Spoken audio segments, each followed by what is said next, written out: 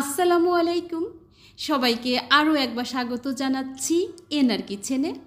খুব মজাদার স্বাদের একটা রেসিপি দেখার জন্য। আজকের রেসিপি বিফ চাপ তৈরি করেছি ঘরে থাকা মশলা দিয়ে এবং খুব অল্প সময়ে।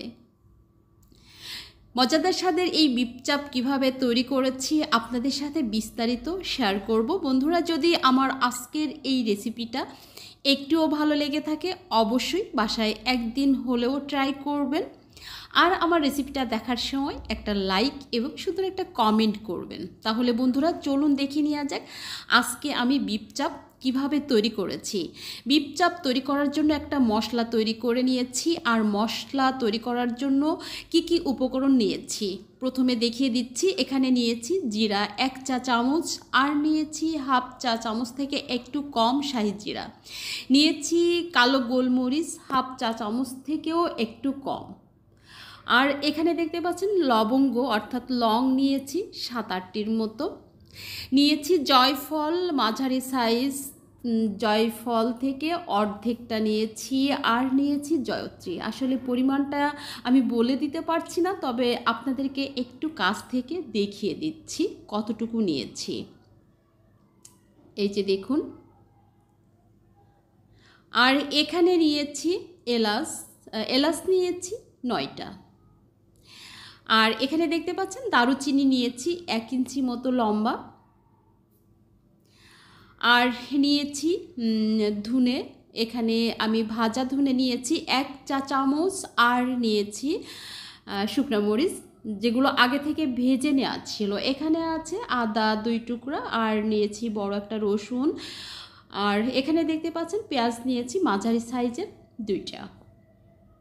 আর এই যে দেখতে পাচ্ছেন আমি এখানে পেঁপে নিয়েছি, এগুলো বেটে নিব। এখানে দেখতে পাচ্ছেন আমি বিফ নিয়েছি 500 গ্রাম, স্লাইস করে কেটে খুব ভালো করে ধুয়ে পানি ঝরিয়ে নিয়েছি। এবার আমি যে পাটার উপরে মশলা গুঁড়া করেছিলাম সেই পাটার উপরে সমস্ত মাংসগুলো নিয়ে নিয়েছি থেতো করার জন্য। আর থেতো করার সময় খেয়াল করতে হবে যেন মাংসগুলো ছিঁড়ে না যায়। খুব ভালো করে থেতো করতে হবে, কিন্তু মাংসগুলো ছিঁড়ে যাবে না। তো দেখতে পাচ্ছেন আমি কিন্তু মাংসগুলো খুব ভালো করে থেতো করে নিয়েছি। এই যে আপনাদেরকে একটু কাছ থেকে দেখিয়ে দিচ্ছি।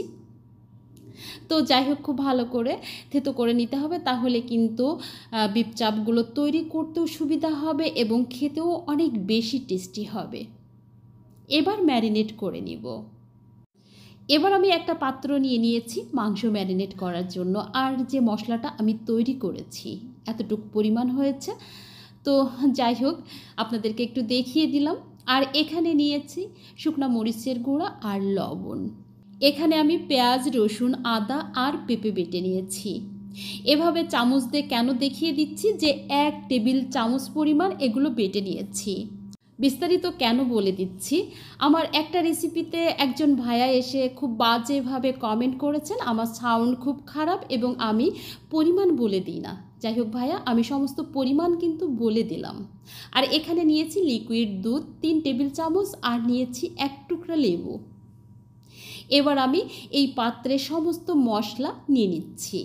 তো দেখতে পাচ্ছেন আমি একে একে সমস্ত মশলাগুলো নিয়ে নিচ্ছি।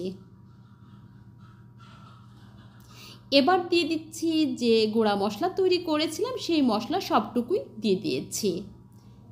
এবার দিচ্ছি পরিমাণ মতো লবণ, আর দিয়ে দিচ্ছি আরও কিছুটা শুকনো মরিচের গুঁড়া। যে যতটুকু ঝাল খেতে পছন্দ করেন ততটুকু ঝাল দিয়ে দিবেন। দিয়ে দিলাম লিকুইড দুধ। এবার দিয়ে দিচ্ছি লেবু।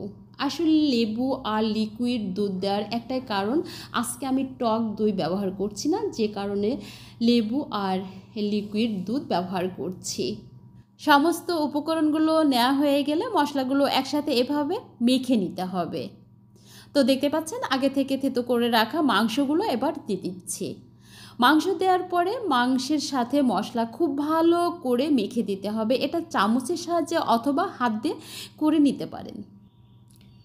তো যাই হোক, দেখতে পাচ্ছেন আমি হাত দিয়ে খুব ভালো করে মাংসগুলো মেখে নিয়েছি। এবার যেটা করব সেটা হচ্ছে 2 থেকে 3 ঘন্টার জন্য ফ্রিজে রেখে দিব। আপনারা চাইলে 2 থেকে 3 ঘন্টা অথবা সারা রাতের জন্য রেখে দিতে পারেন। দেখতে পাচ্ছেন আমি ফ্রিজে রেখে দিয়েছিলাম। এবার আমি মাংসগুলো বের করে নিব। বিফ চাপগুলো ভেজে নেওয়ার জন্য ফ্রিজ থেকে বের করে নিয়েছি। এবার দিয়ে দিচ্ছি রোস্টেড জিরা পাউডার। অবশ্যই এই পর্যায়ে গিয়ে রোস্টেড জিরা পাউডার দিতে হবে, তাহলে বিফ চাপের স্বাদ অনেক বেশি ভালো আসবে। এবার দিয়ে দিচ্ছি 4 টেবিল চামচ বেসন। 4 টেবিল চামচ বেসন দেওয়ার পরে ভালো করে মেখে নিতে হবে। যদি কম মনে হয় তাহলে আরও একটু বেসন অ্যাড করে দিতে হবে। বেসন দেওয়ার পরে খুব ভালো করে এভাবে মেখে নিতে হবে। আগে থেকে কড়াইয়ে তেল গরম করে রেখেছিলাম, এখন একটা একটা করে চাপ দিয়ে ভেজে নিচ্ছি। অবশ্যই হাই হিটে চাপগুলো ভেজে নিতে হবে। তো বন্ধুরা, দেখলেন আমি আজকে কিভাবে চাপ তৈরি করলাম।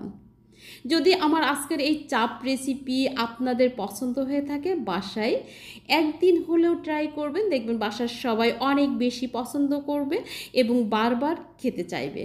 যাই হোক, আজকের মতো আপনাদের কাছ থেকে বিদায় নিচ্ছি। আবারও আপনাদের সাথে কথা হবে নেক্সট কোনো রেসিপিতে। সে পর্যন্ত সবাই অনেক বেশি ভালো থাকবেন। আর হ্যাঁ বন্ধুরা, আমার ভুল হতেই পারে, আর সেগুলো আপনাদের নিজ গুণে শুধরে দেবেন, বলে দিবেন যে আমার কোনটা ভুল হচ্ছে বা কোনটা সঠিক হচ্ছে, তাহলে আমি অনেক বেশি খুশি হব। কিন্তু বাজে কোনো কমেন্ট করবেন না, কারণ আমরা কিন্তু কেউ ভুলের ঊর্ধ্বে না। যাই হোক, আমি আশা করছি যে আপনারা সবসময় আমার পাশে থাকবেন এবং সহযোগিতা করবেন। সবাইকে আবারও আসসালামু আলাইকুম।